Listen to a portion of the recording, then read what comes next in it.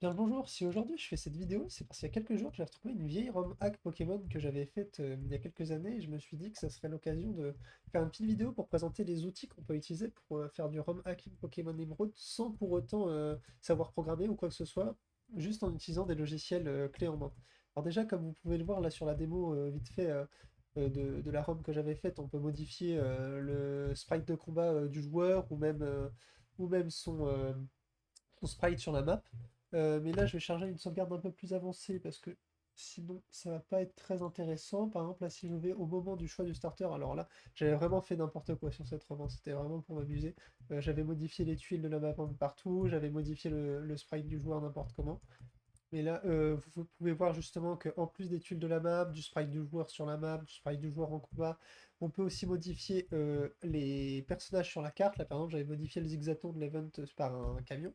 Et on peut également modifier les Pokémon du Pokédex. Là, on peut voir qu'il y a des différences entre les noms et les sprites, mais c'est vraiment parce que sur cette ROM, j'avais fait n'importe quoi.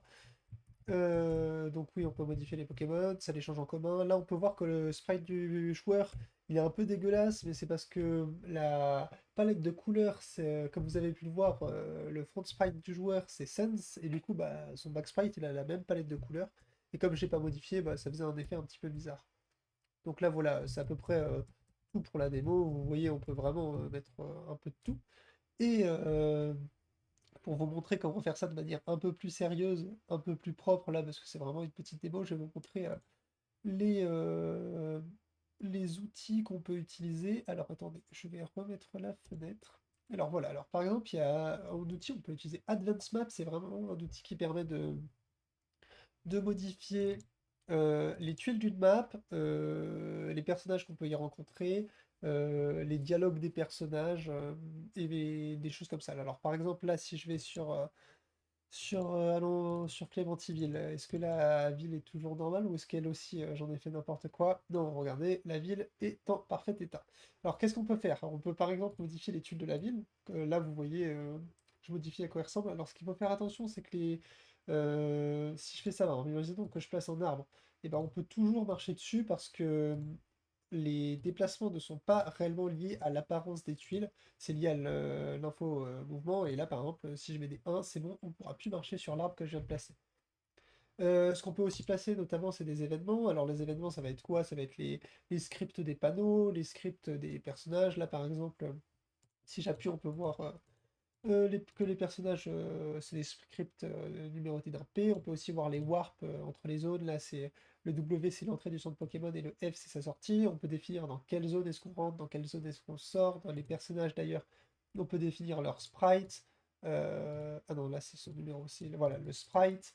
On peut définir leur déplacement, leur dialogue, tout ça. Apparemment, pour les dialogues, il y a un outil interne pour changer, pour aller chercher le stockage sur la map. Et moi, personnellement, j'utilisais plutôt un outil externe qui est FSF Free Spice Finder. Je vais vous montrer ça rapidement. Attendez, je change juste ça vite fait dans VLC. Là, par exemple, vous voyez ça. Il suffisait de charger une ROM. Attendez, je fais ça rapidement. Vous n'allez pas voir ça. Voilà, je charge une ROM au pif, on définissait le stockage dont on avait besoin, et puis hop, on pouvait faire rechercher, et là on avait un emplacement mémoire pour pouvoir y stocker un dialogue.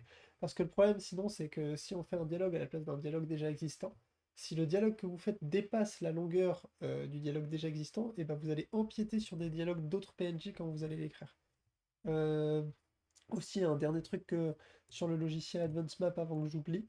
Vous pouvez aussi changer les rencontres de Pokémon sauvages sur une zone. Alors là, par exemple, ça va pas le faire parce que c'est une ville, mais si je vais sur une route, euh, je peux voir les rencontres des Pokémon sauvages dans les autres herbes, en surfant, ou même dans autre zone, je sais pas ce que c'est exactement, ou même en pêchant, du coup, on peut définir les Pokémon qu'on peut y rencontrer. Alors, un autre outil, qu'est-ce que j'avais que j'utilisais à l'époque aussi, ça c'était vraiment que pour les événements sur la map. Il y a aussi Advanced Pokémon Sprite Editor qui fait partie de la Advanced Collection, je crois. Attendez, je regarde le nom. C'est Advanced Series, Advanced Series, parce que dedans on peut trouver de quoi changer les sprites des Pokémon, les icônes des Pokémon et aussi les sprites les positions des sprites en combat.